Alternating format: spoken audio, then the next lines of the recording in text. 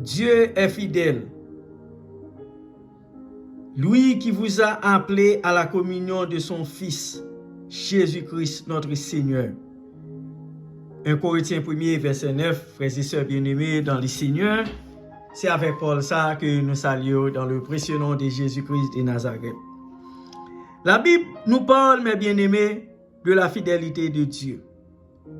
Comme un attribut de Dieu, comme une caractéristique positive de certaines personnes, comme une caractéristique qui fait défaut à de nombreuses personnes et comme un fruit du Saint-Esprit.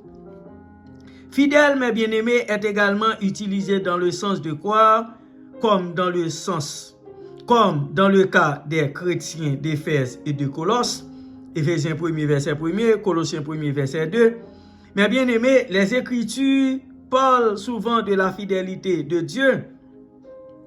Nous apprenons sans cesse que lorsque Dieu dit qu'il fera quelque chose, il le fait, même lorsque cela semble impossible.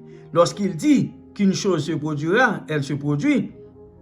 Cela est vrai, mes frères et sœurs, pour le passé, le présent et l'avenir.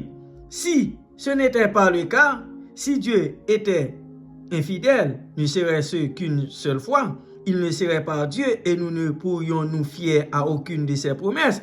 Mais il en est ainsi, mes frères et sœurs, de toutes les bonnes paroles qu'il avait prononcées par l'intermédiaire de son serviteur Moïse, aucune n'est restée sans effet.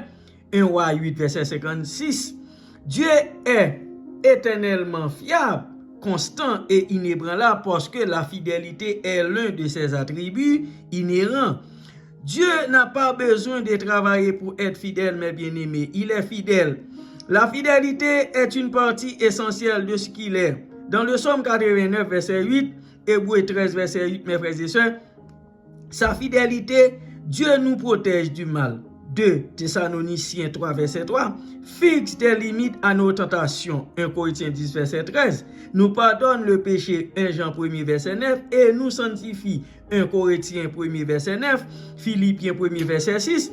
Mais bien aimé, lorsqu'une personne marche de manière cohérente avec Dieu, en le servant humblement, elle peut être appelée fidèle. Lorsque Néhémie dut quitter Jérusalem pour retourner en Perse, il confia le commandement à Anani et Anania. La raison pour laquelle il a choisi ces hommes bien-aimés est qu'ils étaient plus fidèles et ayant davantage la crainte de Dieu que beaucoup d'autres. Néhémie 7, verset 2. Néhémie avait besoin d'hommes de caractère en qui il pouvait avoir